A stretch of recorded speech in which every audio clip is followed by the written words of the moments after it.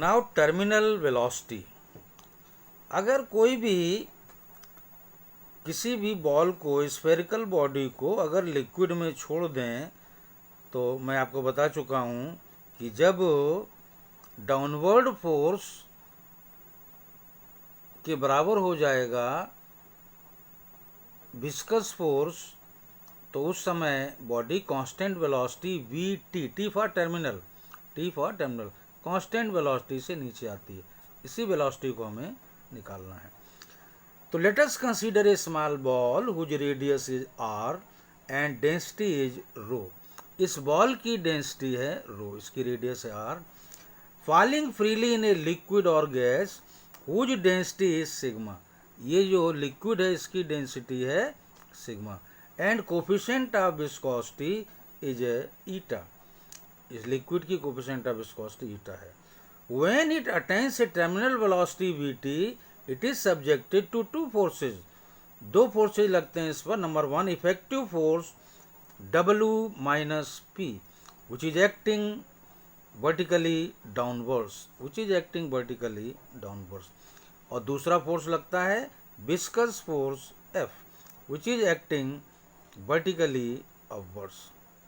Okay, now since the ball is moving with a constant velocity, अब चूंकि constant velocity से move कर रही है, इसका मतलब है there is no acceleration in it, और जब एक्सेलरेशन इस पर नहीं होगा, net force acting on it must be zero, तो टोटल फोर्स भी जीरो होगा।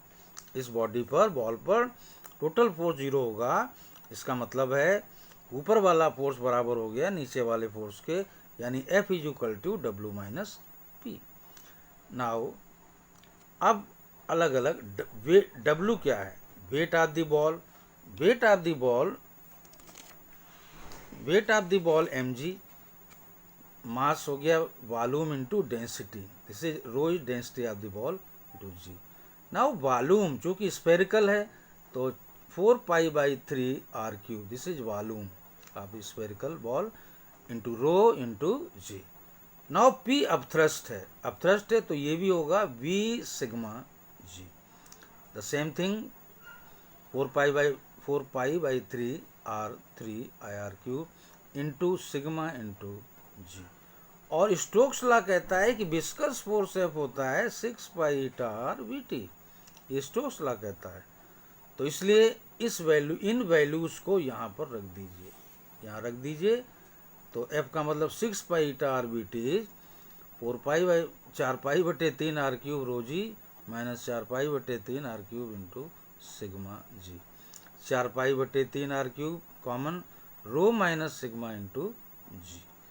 तो ये कैंसिल हो गया, पाई कैंसिल हुआ, 2 3 6 2 9 4, 2/9।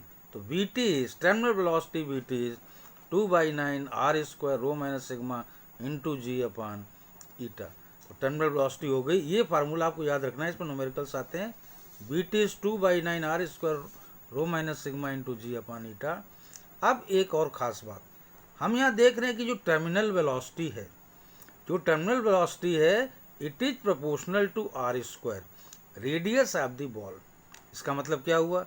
अगर r कम है, अगर छोटी रेडियस की बॉल है तो उसकी टर्मिनल वेलोसिटी कम होगी।